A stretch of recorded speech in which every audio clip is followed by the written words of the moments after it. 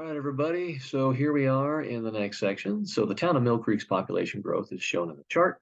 Consider 2004 to be year zero. Okay, so that means we're going to plug in a zero for that, X, plug in a one there and a two because 2006 is 2 years after 2004, and so on. Okay, and so that's how we'll type it in. And we need to find an exponential equation to model the data. And we're going to do that by calculator. Okay. And of course, I've got that thing there. Nobody knows why. Okay. Hey, I typed it all in. There it is. And I double checked it. So I'm quite certain that I've typed it correctly. So I'm going to go stat, right, and then I'll go down to exponential regression, option 0. Make sure it says L1 and L2, hit calculate, and then there's my guy. All right. And then, of course, I'm going to write it out so it actually looks like an equation. So it'll be y equals a, which is 34,647. And, of course, you know me. I don't remember how many decimal places it told me to do. Let's see. 3 decimal places. Check them and no. Okay, so that'll be 0.266. Okay, then we're going to multiply that by b, 1.052 to the x power. And that is our equation, our regression equation for part A.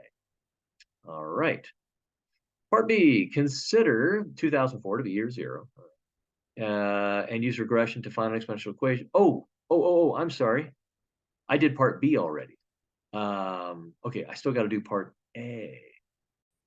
Okay, so that's what you get for not reading carefully. Yeah, it does say by hand. Okay, so how are we going to do that? Okay, clearly, I think we can all agree we're not going to get the exact same answer that we have here, but it should be close. Now, like we saw in the last video, the basic template for exponential functions is y equals a times b raised to the x power, where a is the starting value of the function or the starting y value. Okay, well, our starting y value is 34,670. Oh, well, that's not too bad.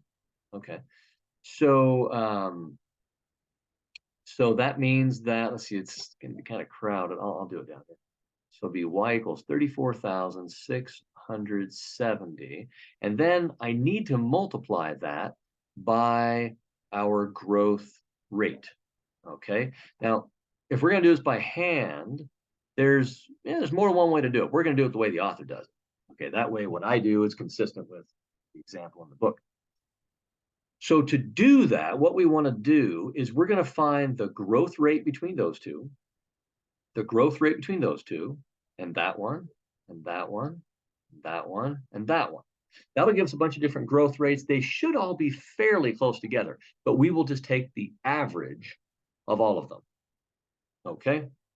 And so I am going to take another picture of that. And I probably should close the door. Yeah, they're pretty loud. Okay, so what I'm going to do is, so if I'm going to find all of those growth rates, those quotients, I think what might be the easiest thing to do in order for you to see what I'm doing is to just go get them all one at a time, but add them up as I go. Okay, so the first one is going to be 36,480 over 34,670. Okay. And I'm going to add that too, because so that's the first growth rate. If I'm going to find the average of them, I have to add them all up, divide by how many I add together. So I'm just going to add them up right now. And then it'll be less work for me. Let's see. Then the next one will be 38,390 over 36,480. Okay. And then the next one will be 4280 over 38,390. And the next one will be, let's see, we're going to get a 4280 down there, and on top, 42,620.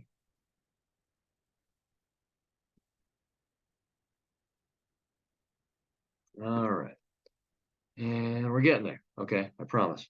I know it's a little bit tedious, but oh well. It's a whole lot better than doing this without a calculator, believe me.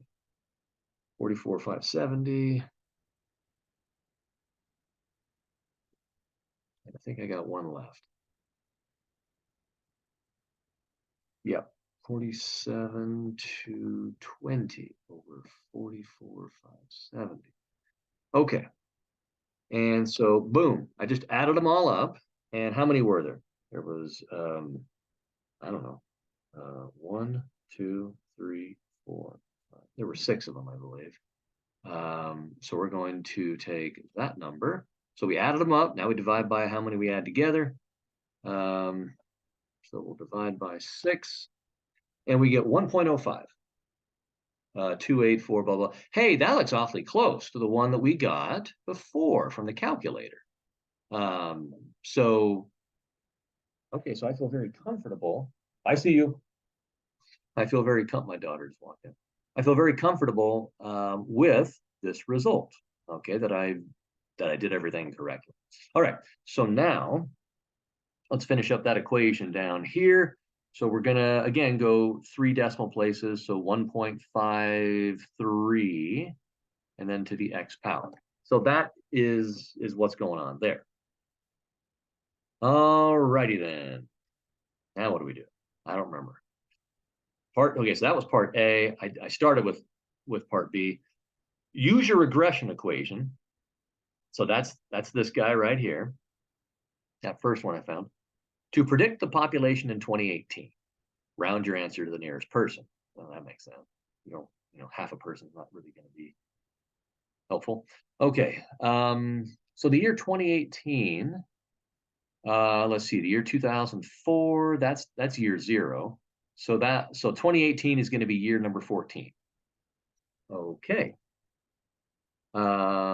So let's go to the calculator, and where's the clear button? It's covered. Oh, there it is. All right, so we'll go 34,647.266 times 1.052 and raised to the x equals year 14 power. And if we round it off to the nearest person, we'll have 70,451. And that'll be people. That would be our answer for part C, 70,451 people. Use your regression equation again to estimate the population in 1998. Oh, well, that's 6 years before 2004. So that would be, so year -6. So 6 years into the past, 25,561 people. Again, I'm going to round off to the nearest person. 25,561 people. So that is what I'm doing in this section. Okay. Hope you had a lot of fun and that you got your money's worth.